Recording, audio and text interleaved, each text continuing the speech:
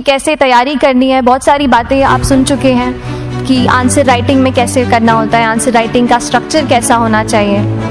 तो मैं शुरू में सबसे पहले ये कहूँगी कि मेरा प्रिपरेशन का बेस दो चीज़ें रहीं। पहला था करंट अफेयर्स। करंट अफेयर्स इसलिए मैंने उसी से शुरुआत की क्योंकि करंट अफेयर्स सबसे इंटरेस्टिंग पार्ट होता है। कई बार आपको हिस्ट्री कभी बोरिंग लगेगी, कई बार आपको लगेगा ज्योग्राफी इतना, कभी हर किसी के अपने अपने फेवरेट्स होते हैं। तो मुझे वो दो सब्जेक्ट्स लगते थे कि यार इतना मन नहीं करता है, लेकिन न्यूज़पेपर्स और करंट अफेयर्स में जो भी नया चल रहा है वो मुझे हमेशा इंटरेस्टिंग लगता था।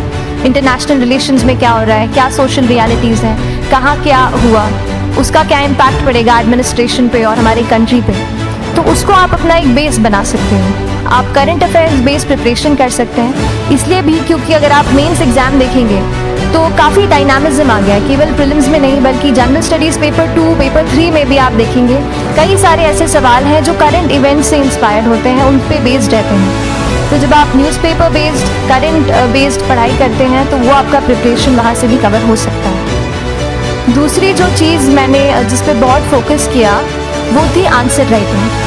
तो आंसर राइटिंग का जैसे खान सर बता रहे थे कि आंसर राइटिंग की प्रैक्टिस बहुत की, तो उसके पीछे मेरा ये था कि जब मैं हमेशा प्रीलिम्स का कोई भी पेपर टेस्ट देती थी, हम मॉक टेस्ट देते हैं, तो मॉक टेस्ट देती थी तो हमेशा मेरे मार्क्स करीब 90 to 110, 120 इससे ऊपर मेरे कभी मार्क्स नहीं जाते थे। तो मुझे हमेशा ये डर था कि यार प्रीलिम्स में कहीं मेरा कुछ, क्योंकि कट ऑफ भी इसी कुछ रेंज में जाता है, तो हमेशा लगता था कि यार कुछ गड़बड़ यहाँ ना हो जाए।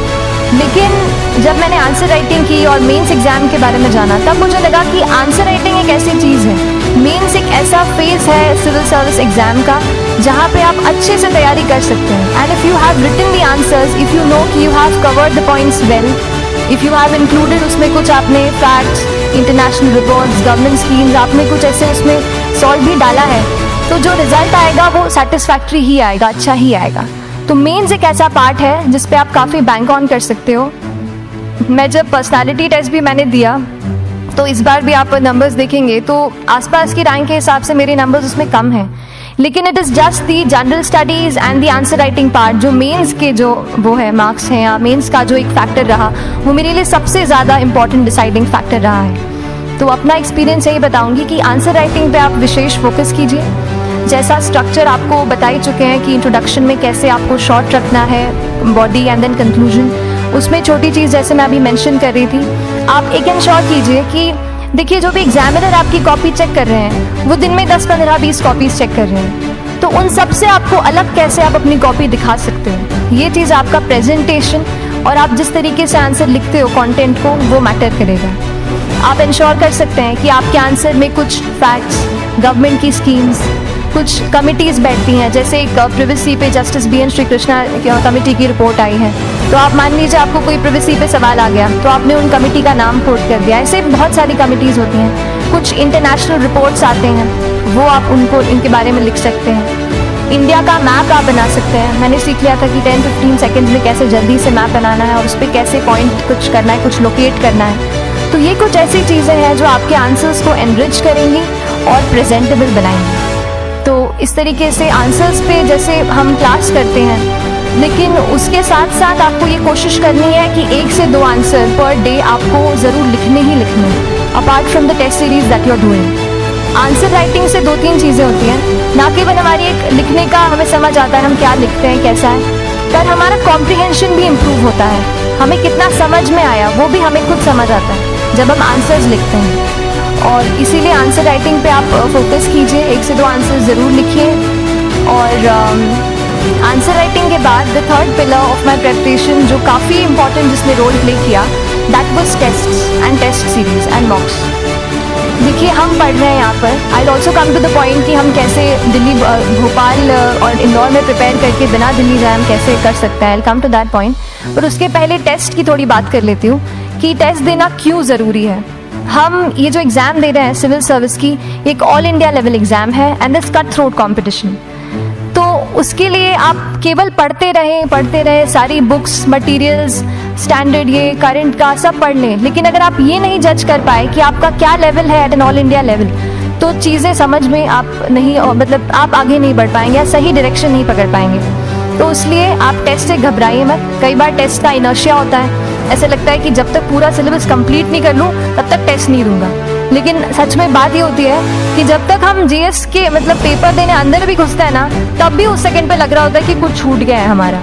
तो ये चीज़ होगी ही, इसीलिए ये मैं कभी मत सोचिए कि जब तक पूरा सिलेबस नहीं कर लूँ टेस्ट नहीं दूंगा। जैसे आपका एक थोड़ा बेस बन जाता है प्रिपरेशन का, आप टेस्ट दीजिए, चाहे वो प्रीलिम्स का एमसीक्यू का टेस्ट हो या मेंस का राइटिंग स्किल की प्रैक्टिस हो, टेस्ट पे आप फोकस कीजिए। उसके बाद टेस्ट केवल देने के लिए नहीं देना है, उसको एनालाइज भी अच्छे से करना है। When you get the answer hints, when you get the answer keys, analyse properly कि आपकी क्या गलती हुई है, और उससे भी सीखने की कोशिश कीजिए कि क्या कुछ नया मुझे इस टेस्ट पेपर से या इस आंसर कॉपी से मिल सकता है। तो इस तरह से टेस्ट पे भी आप फोकस कीजिए। And I will come lastly to the point कि जब मैंने प्रिपरेशन शुरू की थी अपने कॉलेज के सेकेंड ईयर थर्ड ईयर आते आते, तो मन में बहुत सारे फियर्स थे। मैं भी एक नॉर्मल फैमिली से हूँ, मेरे फैमिली में किसी ने आज तक सिविल सर्विस का पेपर भी नहीं लिखा था। तो मन में बहुत सारे फियर्स थे, डाउट्स थे, क्या होगा, कैसे होगा। तो हो सकता है आपके मन में भी ऐसा हो। और हम जैसे यहाँ रहते हैं, हम सोचते हैं कि दिल्ली जाना तो सबसे ज़रूरी है, उसके बिना तो ये एग्ज़ाम हो ही नहीं सकती। तो उस पर मैं एक चीज़ बताना चाहूँगी कि जैसे KSG जैसे इंस्टीट्यूट है, जो फैकल्टी भी हमें वही मिलती है जो दिल्ली में पढ़ा रहे हैं। तो ये एक बहुत पॉजिटिव पॉइंट है कि क्वालिटी का कोई दिक्कत नहीं आएगी। बस एक चीज़ है, आप ज्वाइन करते हैं class, that will only provide you a direction. वो आपका रास्ता दिखा सकते हैं आपको कि इस रास्ते पर आपको चलना है, लेकिन चलना उस रास्ते पे आपको खुद है। You have to work on your own.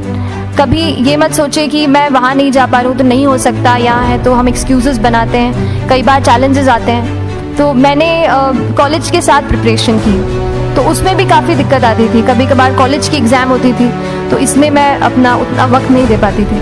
तो उस मोमेंट पे फिर प्लानिंग ने मुझे बहुत हेल्प किया कि हम किस तरीके से अपने कॉलेज के एग्ज़ाम के लिए प्लान कर लें। जैसे मैंने इंजीनियरिंग की है और मुझे पता है कि हम इंजीनियर्स 1 महीने से ज़्यादा पहले से पढ़ते नहीं हैं। पढ़ते हैं क्या? तो वो चीज़ आप ध्यान रख सकते हो, उसको अपना स्ट्रॉन्ग पॉइंट बना सकते हो।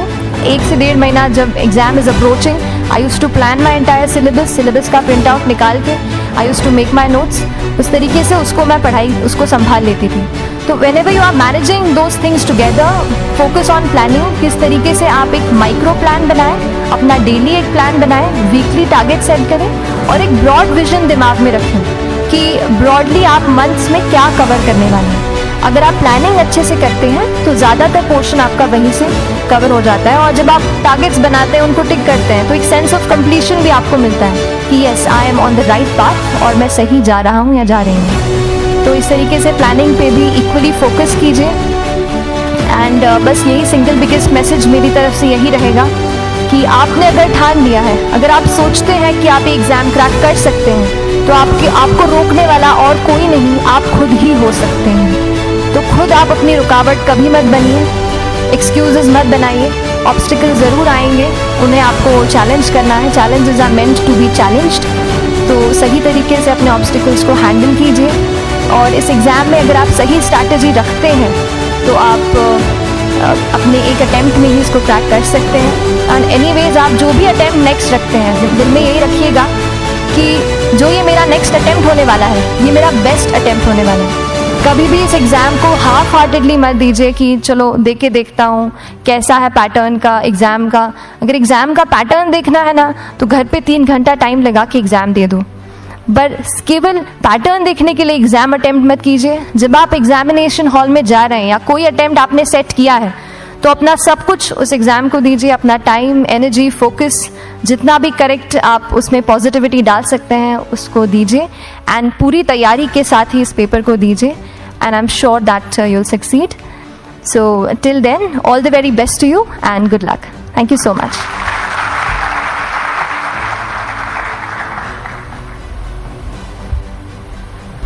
Thank you so much. As Srishti said कि आपके कोई भी क्वेरीज हों तो she'll come to take classes in KSG in Indore and Bhopal branch. So lastly, I would like to thank you all for being such a patient crowd, for being such a patient audience. एक चीज़ मैं कह सकती हूँ कि ये जंग बहुत बड़ी है, because you are entering into an ocean without knowing the depth of it and without knowing the art of swimming. ठीक है। तो पहली जंग तो आपने यहाँ जीत ली जब आपने ये सोच लिया, आप यहाँ बैठे हो, ये सोच के बैठे होगे कि शायद मुझे सिविल सर्विसेज करने हैं। तो इस शायद को यकीन में बस आपको खुद को बदलना है, and we are there to support you at all the moment, at all the time. जब भी हमसे पॉसिबल होगा हम सब, इवन डॉक्टर खान, सब आपको ज़रूर हेल्प करेंगे। Thank you so much.